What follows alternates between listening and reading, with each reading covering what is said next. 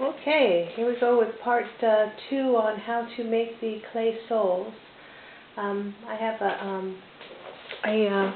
stopped to find the ones that Peggy had sent me. Peggy from Texas sent me these a while back. I did them on another video to show you what I meant about the clay soles. She did a beautiful job, and on this one she actually added a heel.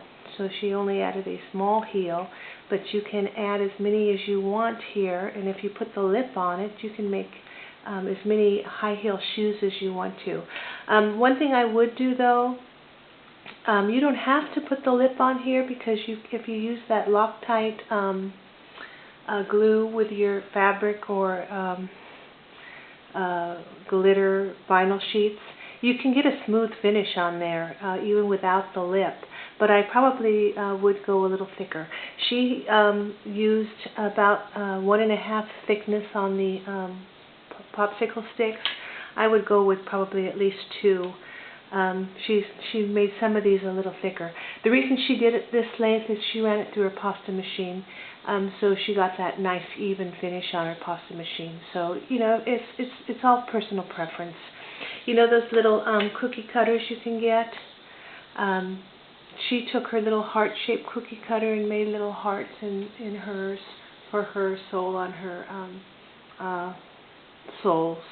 She used a pattern I had on one of the shoe patterns I sent her, which was a little bit, she used the outer sole for her pattern, whereas this would be more comparable to an inner sole. But it's all personal preference. It's whatever you want to do. Okay, so anyway, here is the next step on clay. I'm going to do only two wide, and what I did is I cut my popsicle sticks in half, and I made 2 long ones because I need this much space to get around the outside of the shoe, and I wanted to do it all in one fell swoop. So let me move some of this stuff out of the way. And I reconditioned the clay. I just remolded it and got it soft again so I can reuse it. So what I'm going to do is I'm going to roll this into a coil, and I'm going to put it between these 2 sticks and roll it out. But I'm doing it the width of 2 popsicle sticks. So I'm going to make this do better. Let me get this in a ball first so I can get all the wrinkles out of it.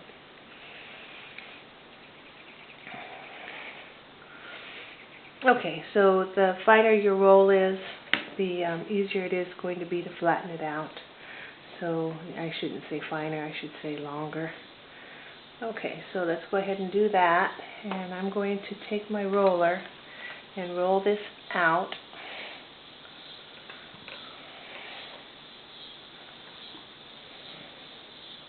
Don't worry about it not being even, it doesn't matter, we're going to fix it anyway.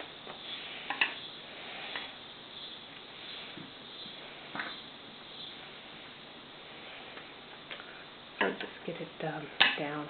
This is more than you're going to need, so we'll go ahead and put that back together and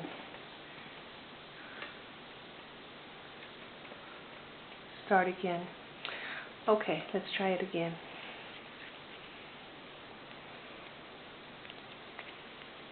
This clay is getting a little bit hard because it's been out in the air for a long time now. Okay, let's try it again.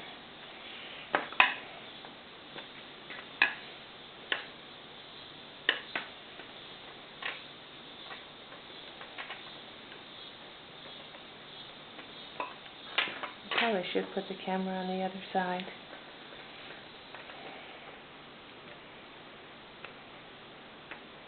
Okay, so we got the coil done. If you're seeing what I'm seeing. Okay, good.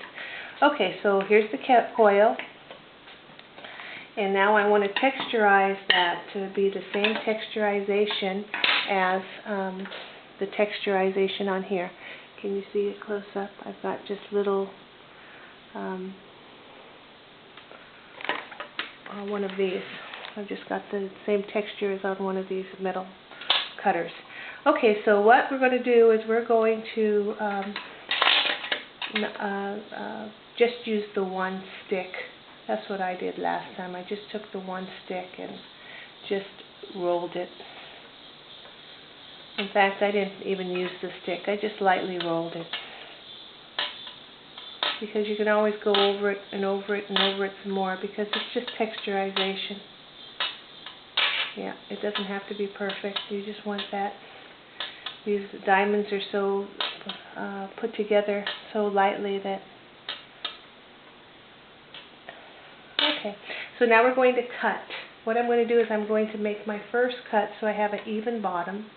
So I'm just going to take it and get a straight cut. Doesn't matter how I do it. I just want to make sure I have as straight a cut as possible. So let me take this. I've just lined up, this is just a plastic ruler. You can use your quilting rulers if that's all you have. The clay won't hurt them. Okay, so let's get this one out of the way. Okay, so now you want to decide how wide you want that lip to go around your shoe. I'm not using any specific number pattern. I'm just using this ruler, and what I did is I just lined that up to be about, oh gosh, I would say maybe a half an inch. So let's go ahead and turn this around, because I got my even, and make sure you got your one side even, so straighten it out, get it all lined up straight, press it in so it's a straight line. Okay, so now take your ruler, and I'm just going to cover up my numbers.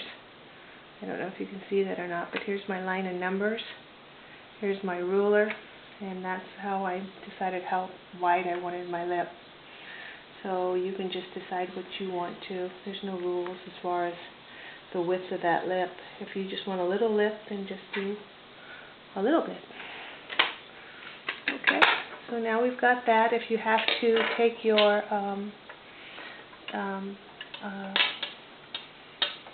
texturizer and roll it over again just for good measure, go ahead and do that. Okay, so now we want to get an even cut on the bottom. You see that? I just did an even cut on the bottom. Okay, so we're going to pick this up.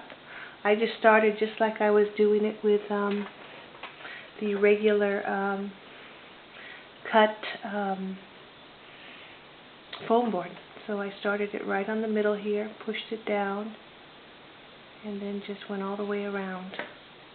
If you want to just leave it sitting down on the table, you can do that too. So make sure your... This looks like it's got a smaller lip than the other one does. Yep. Maybe I made that bottom piece a little wider than the other one. That's interesting. I wonder if those things are going to be the same size.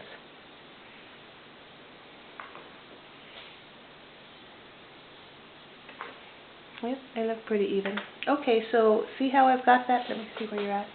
Okay, so I've got my coil all the way around. So what I'm going to do is I'm going to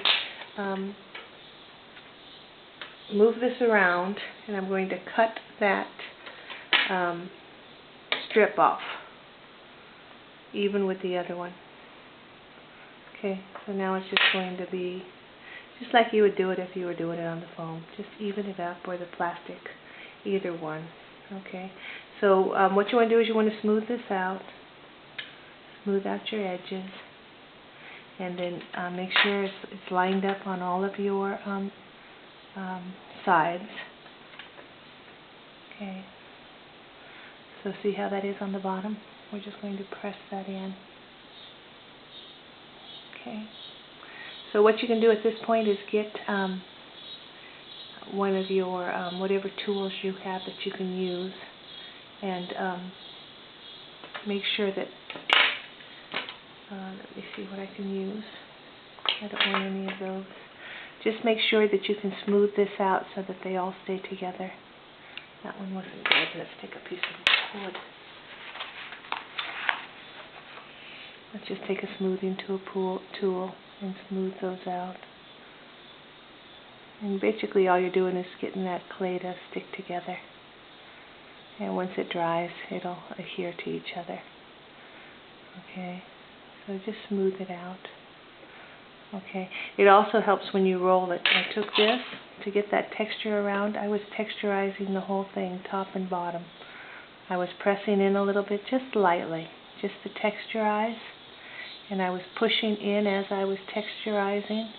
And that helped me to get that nice connection and fit. Okay, that's the nice thing about clay. You can be really bad with it and it still will forgive you. Just have a light touch, not too much. Okay, you can do that all the way around. And if you find out that you